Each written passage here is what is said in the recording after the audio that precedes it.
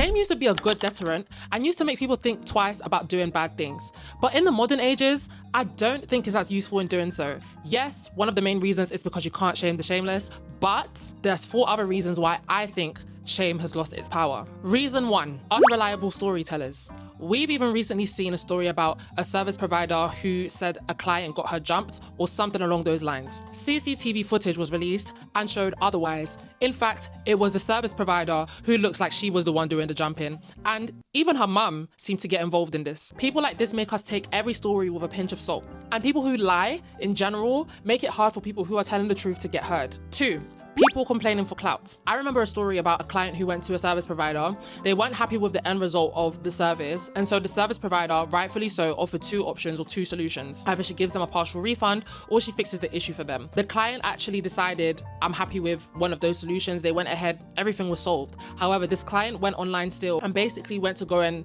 complain about this person as if they hadn't done anything to fix the situation. I don't see the point of coming online and shaming someone if they've actually given you a solution to the issue, unless you're coming here to tell the story for clout.